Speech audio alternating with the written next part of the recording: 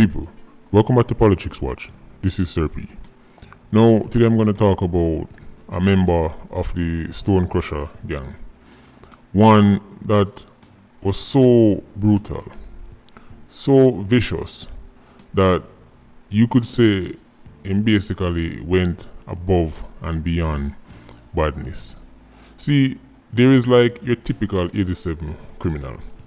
You know, them rob people, extort people, shoot up at people, run up in your house, fire 10 shot, you know, your standard criminal. And then there's another type of criminal that it just doesn't make sense why they did certain things. The type of 87 that is just unnecessarily violent. You might have heard me refer to them in the past as Apex 87s. The type that cannot be reformed. I did a whole video on this and I used the animal known as the rhino as an example. These 87s, really and truly, the only way society can stop them is to either put them behind bars for a very long time or they are taken out with a round. See, I can give you a few examples. Klansman had whole heap of them. The Nevada Hodges, the Rodricks, the Joel Jennings aka JJ Nakis. But Stone Crusher had enough of them too.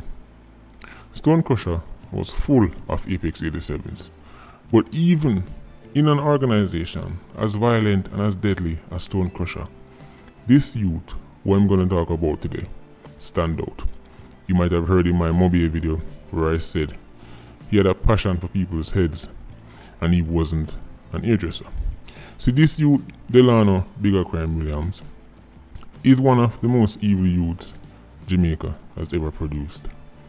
One of the most evil youths we ever produced. Now I know enough people are going to object to the part where me say we ever produced, because enough people are going to say, Sir P, me not have nothing to do with him. Sir P, me don't know that you there. I never meet him yet in my life, me not have nothing to do with him. Don't say we, don't say we. No, we have to say we. You know why? We have to own Bigga Crime, because the same way we claim Usain Bolt is the same way we have to go claim Bigga Crime. It's the same way Jamaica must claim JJ Nakis. These youths are just as much a product of Jamaica as Usain Bolt or Asafa Powell. The same logic we use to claim Shelly and Fraser and say our girl that, and when you see them do the great things, they say our boy that. Guess what? Delano Bigga Crime Williams, our boy that. Nevada Hodges, our boy that. Jamaica produced him just like how it produced Usain. You never meet Usain from the day you're born. You have no relation to him, but you claim him. So you have to go claim Bigga Crime. See, I'm doing this video because I want people to understand something. There is nothing what happen now but we never see it. Because people get caught up in the moment and say, Moby mash up, the youth them get wicked, the youth them wicked long time. And I'm going to show you just how wicked they can get. Bigga Crime will be the focus of this video. Remember when I told you that Jamaica has a conveyor belt of death when it comes down to youths? Let me tell you what I mean. Go to an airport, if anybody who ever travel, right? Go to an airport, and you know when you collect your suitcase, you stand up and you wait, and you see the conveyor belt come around, and a suitcase come around, and a suitcase come around. That's how Jamaica produce 87 octanes. That's how Jamaica produce youths like Bigga Crime. Now, you can stand up at the airport and shoot up all the suitcases you want to shoot up, you know. You can stand up out there, bam bam, bam bam, bam bam bam, and just want to shoot up suitcase. Guess what? The conveyor belt will always bring around another one. You see, what I want people to understand, this obsession with thinking say just shooting 87 like an end crime, you need to get that out of your head. Yes, police need to be swift, right? Police need to be able to challenge and defeat criminals. But don't think so just shooting gunman here and there and this so-called bad man police are going to shoot a bad man, yeah, and then that are going to somehow drop crime. No, it won't. Because we see what happened. After Bigga Crime lost his life, After the main top killers in Stone Crusher lost their lives, what happened to Moby? Oh, that's right, nothing changed. The conveyor belt just brought around plenty more others to replace them. Now, let's look at Delano, Bigga Crime Williams, and how this youth end up the way he ended up. Now, there are certain parts you can already guess. Of course, he came from a very acidic community. He grew up seeing most of the youth them his age, right, lose relatives, lose father, lose brother, lose mother, surrounded by violence from a very young age, right. Bigga crime, like most youths in Jamaica, come from a broken home, no stable family setting. Plus, he also just so happened to be in the right age group that was around when the Renegades had transformed into Stone Crusher. Right. Now, Bigga crime, as a young youth, is one of those people who always have to prove himself to be the toughest, the roughest, and the wickedest. People like that, they normally lack something in their personality. They usually have some form of internal shortcomings, especially self-esteem issues. People like that, anytime they find something what they're good at, they take it to the extreme, even if that is violence. See, enough youth in Amobi at the time did bad, but Bigga crime was evil. Bigga crime had officially 10 murder cases where the police could pin upon him. 10. But the people who know Bigga crime know that the real figure is much higher than that. Bigga crime was a youth who used to ride in bicycle from Theme community to neighboring communities, or shot people, then ride come back to his communities.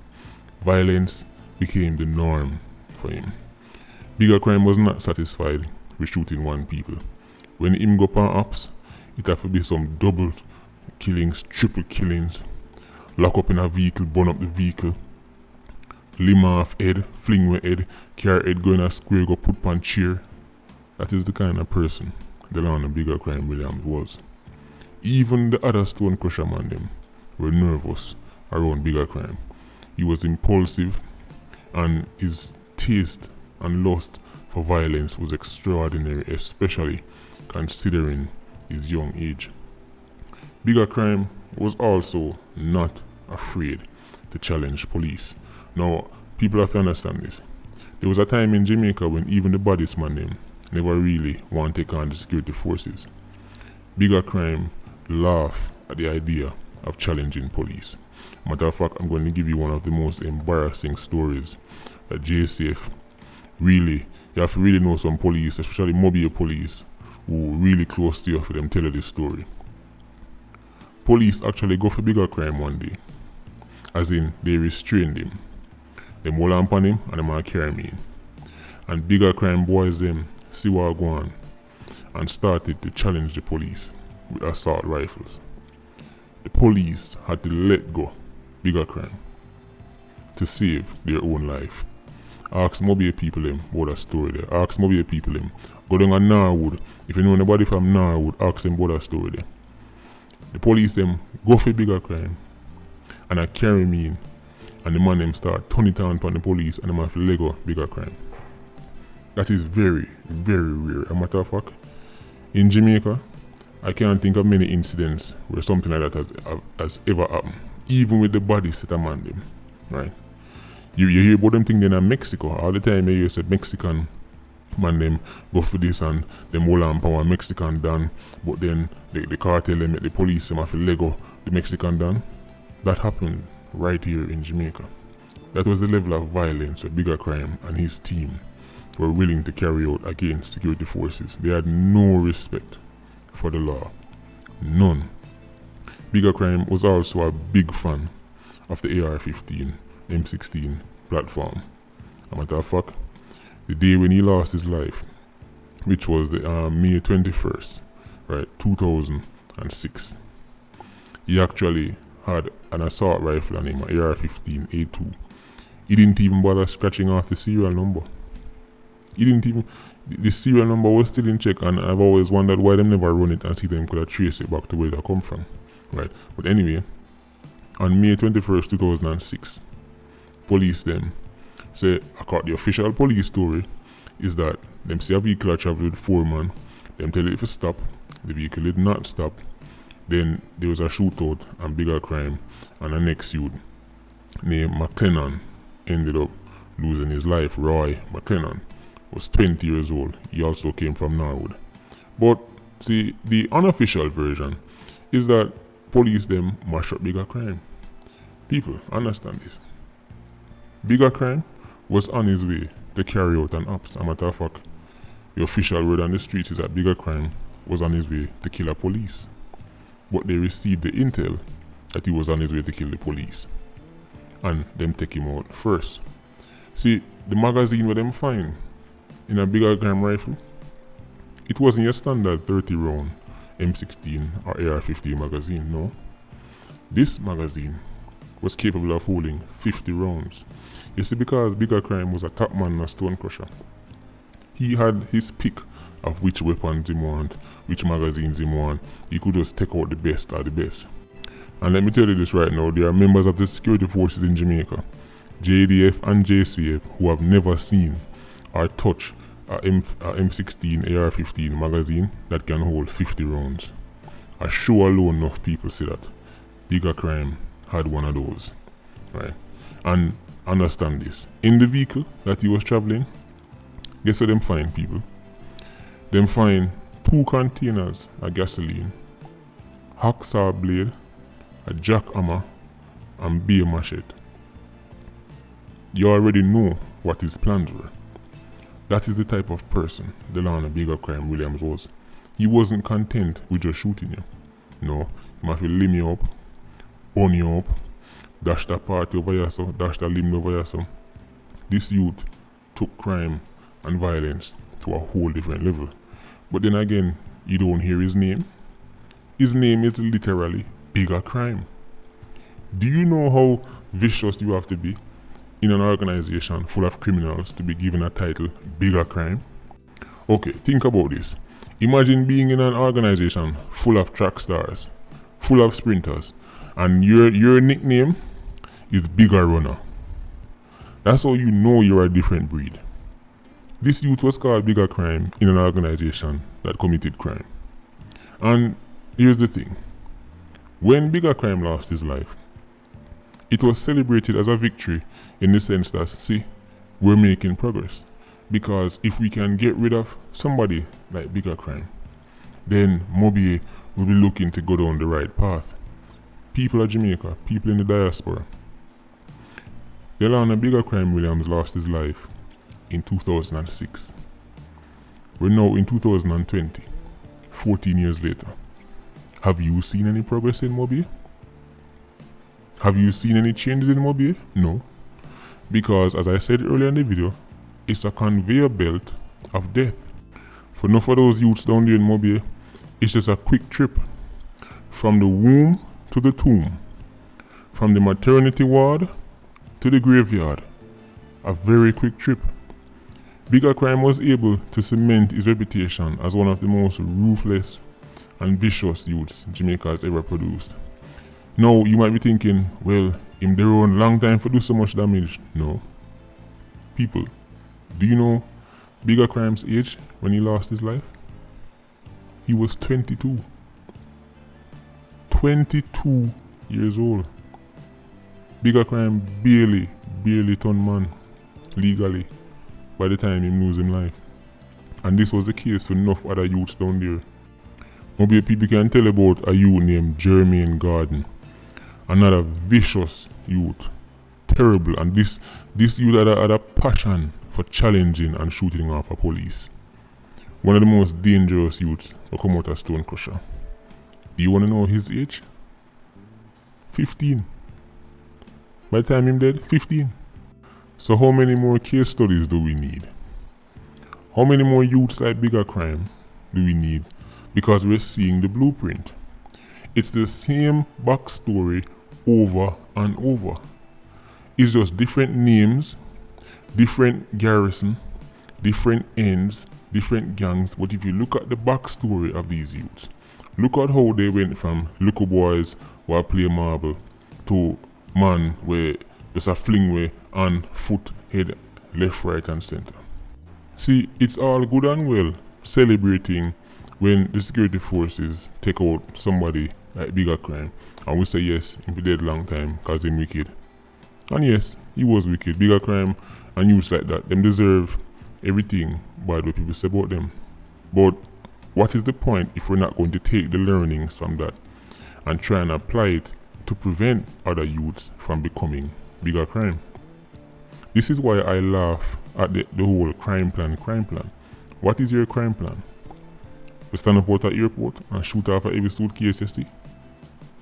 Your crime plan is to get some so-called badman commissioner who will go down at St. James, go down at St. Catherine, go down at Augustown and kick down every 87 to the point where they're so afraid for bust gun. Listen, put the Diet Coke down. Whatever Diet Coke on a sniff, put it down. Crime plan is ridiculous. How many times do I have to tell you? You don't build peaceful and prosperous nations from the outside in. We not try to start at the roof. When you shoot and kill somebody like Bigga crime, who, as me say, deserve everything him get, just understand that's the roof, it already gone bad. You see, if the foundation is solid, if the wall them is solid, if the window them is solid, the door is solid, you wouldn't have to be dealing with so much Bigga crime in the first place. You wouldn't have to be dealing with the Lassie and the Richie Blacks. You wouldn't have to be dealing with the Navado Hadjis. You wouldn't have to be dealing with the Satan. You wouldn't have to be dealing with the Copper. You wouldn't have to be dealing with the Dopey film as often. But people want the build up to it. People ignore the build up, and when they talk about the build up, them tell them shut them out and mind their business. I say, alright, first thing, let's look at birth. Make you go right back to birth. Let's look at the conditions. Let's look at the families, look at the communities that some of these youths are being born into. Right? Let's look at the situation. Look at the people who are going to nurture them. Because the village raised the child. And if the village is acidic, if the village is a place where this normal and that normal, right, if the village is extra toxic, the village is a place where the more people you kill are the more ratings you get. If the village is a place where the more pitney you have is the more of a man you are, even though you don't have to play a role in any of those children's life. If the village is a place where the man them who bust the most gun and got jail the most, get the most woman, etc., etc. I've covered topics like this many times in my acidic videos. If that's the start, and you them come up under that, and then when them reach 17, 18, and now they're a full-time menace to society, that's when I want to jump up. That's when I want to jump up. When time I tell people, say, listen, let's look at the start, them some minor business, but when time 18 years down the road when the youth turn a full-scale murderer, the same people them say, why society not do this? Society fail, why society? But they tell you for mind the business. When time would I say, listen, the way all them youths are grow, the way all these youths are being made in these homes, in these communities, unwanted children, unloved children, hugless children, right? Children where from the day them born, nobody never yet once tell them say them proud of them. The first time they get little ratings is when them join a gang. The first time them feel wanted is when them join Stone Crusher. The first time they feel they are part of a unit is when them join Klansman. The brotherhood, the camaraderie where them feel have with them mother and them father and them brother and them sister, them not feel it. Them feel that one time them go link up with one another. But when you talk about them things, the people say must stop your noise. People tell us, say, oh, just bring back the bad man police, man. You might just go shoot at the place and solve the problem. Good luck, Jamaica. Whichever crime plan your favorite politician say come up with, good luck with that. I'm going to be here watching, see how that one play out. I'm going to see if we never put SOEs in all 14 parishes. I'm going to see if every street corner in a Jamaica I will get a Zozo. I'm going to see if there's enough bullets in Jamaica. I'm going to see if JDF and JSTF have enough bullets to shoot up every single bigger crime in Jamaica. I want to see how it work out. Seriously, I'm not even being sarcastic. Since I adopted this strategy, I want to see how it work out. Because one thing I've seen, and when we look on them things and look on countries that are safe, low crime rate, you know what I realize? They don't have low crime rates because they have excellent police commissioners. They don't have a low crime rate because their police and their military is very efficient at shooting 87s. You know why they have a low crime rate? Because they don't have the 87s in the first place. They don't have the 90 octanes in the first place. They have so few criminals that the police can go catch the few criminals. There is no country on earth with a low crime rate that it's low because the police and the DPP and for them JDF is effective at crushing criminals. No, they just don't have the bigger crimes and the JJ Nakis and the Rodricks in the first place. But hey, people, you can take what you want from this video. I'm just here to make up things to get views. Patreon squad, big up on yourself. PIA, you don't know already. People stay safe and look out for the next video. Bless up.